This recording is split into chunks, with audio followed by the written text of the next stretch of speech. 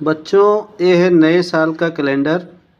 इसमें लिखा हुआ है जनवरी 2023। तो नए साल का है, जिसमें व्रत और त्यौहार एक तरफ दिए गए हैं।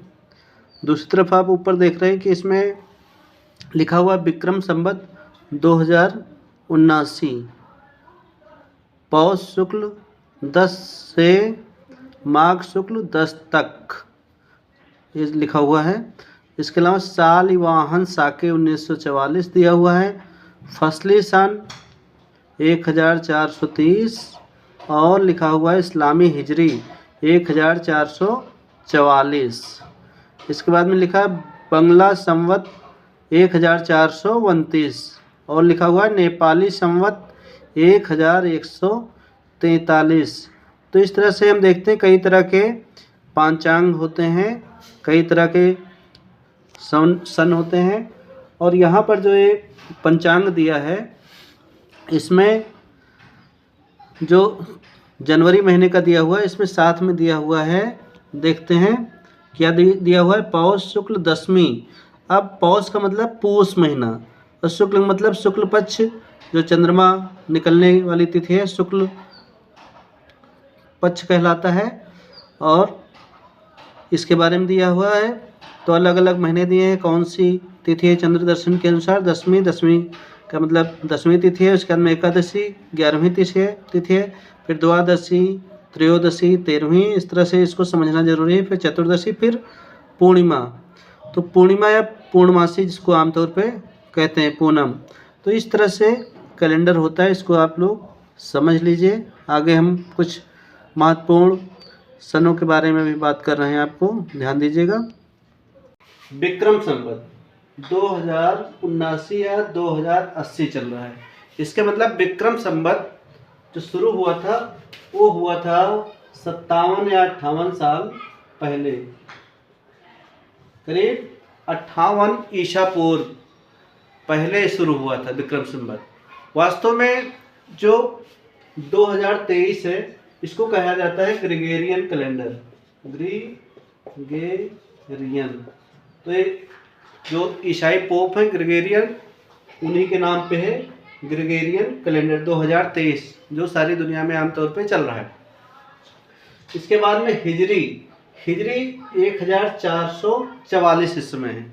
तो इसके बारे में जानते हैं। विक्रम संवत कब से शुरू हुआ, करीब 57-58 साल का इसका अंतर है। तो 22 मार्च इस साल 22 मार्च 2023 से नया संवत शुरू होगा। तो 2080 लग जाएगा, 2079 चल रहा है। तो इसमें काफ़ी अंतर है। तो ये सबसे पहले चालू हुआ वास्तव में सन 2023 चल रहा है। इसमें अगर 57 और जोड़ दें तब जाके आता है 2080। इतना अंतर होता है क्योंकि इसी समय सम्राट विक्रमादित्य सिंहासन पर बैठे थे। तो उसी समय शुरू हुआ था विक्रम संवत। कालिदास जी के सहयोग से चालू हुआ था, तो विक्रम संवत उसको कहा जाता है। और जो सन है, ग्रेगोरियन कैलेंडर है, इससे पहले जो दुनिया में कैलेंडर लोग मान रहे थे सबसे ज़्यादा, उसको कहा गया जूलियन कैलेंडर।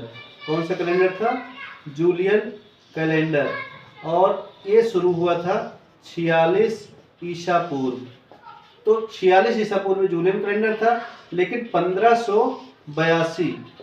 अक्टूबर 1582 से नया कैलेंडर चालू हुआ, जिसको कहा जाता है ग्रेगोरियन कैलेंडर। तो यही आमतौर पर इस समय माना जा रहा है ग्रेगोरियन कैलेंडर, जो कि मात्र 1582 से शुरू हुआ। 15 अक्टूबर 1582 से स्टार्ट हुआ। इससे पहले जूलियन कैलेंडर था, जिसमें 365 दिन होते थे। तो वास्तव में इनसे भी पुराना सबसे जो कैलेंडर है विक्रम संवत वाला है, जो कि उससे भी पहले, जूलियन कैलेंडर से भी पहले स्टार्ट हुआ था। वास्तव में अगर सामान्य ज्ञान में सवाल आए कि सबसे पुराना कैलेंडर कौन सा है, तो सबसे पुराना कैलेंडर जो है उसको कहा जाता है सुमेरियन कैलेंडर। सुमेरियन कैलेंडर सबसे पहले सुमेरिया के लोगों ने कैलेंडर चालू किया था, ऐसा माना जाता है। तो सुमेरियन कैलेंडर इसको कहा गया। इसके बाद में बात करते हैं भारतीय परंपरा के अनुसार, हिजरी की भी बात करेंगे। भारतीय परंपरा के अनुसार सबसे पुराना कैलेंडर है 6676 ईसा पूर्व सप्तर्षि कैलेंडर। सप्त ऋषियों द्वारा शुरू हुआ कैलेंडर सप्तर्ष कैलेंडर 6676 ईसा पूर्व, मतलब ईसा मसीह वाला जो कैलेंडर 2023 से भी पहले 6673 साल पहले, उससे भी पहले शुरू हुआ था, सप्तर्ष कैलेंडर ये माना गया है। और इसके बाद में कृष्ण जन्म से शुरू हुआ, कृष्ण जन्म के समय से कृष्ण कैलेंडर, और कलयुग के आरंभ से जो माना जाता है वो है 3102 ईसा पूर्व से शुरू हुआ ये कैलेंडर।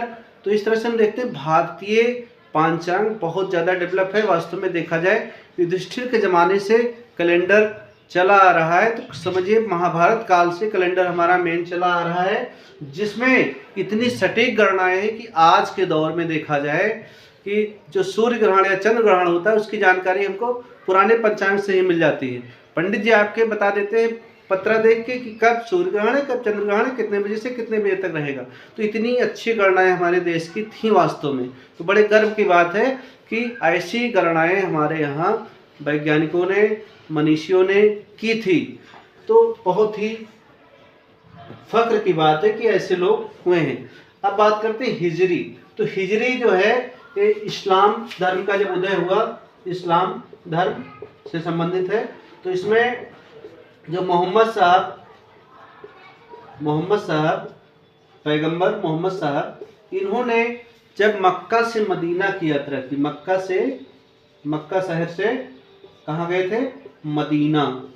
तो मक्का से जब मदीना की यात्रा की तो उसको कहा गया हिजरत। क्या कहा गया, हिजरत।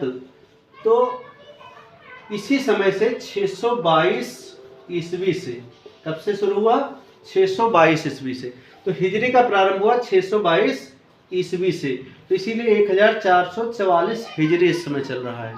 तो इसकी शुरुआत हुई थी मोहम्मद साहब के हिजरत के समय से शुरू हुआ था। और ये आधारित है, ये भी सवाल सामान्य ज्ञान में पूछा जाता है, चंद्रमा के चंद्र दर्शन पे आधारित है, चंद्र दर्शन पे ये कैलेंडर आधारित है।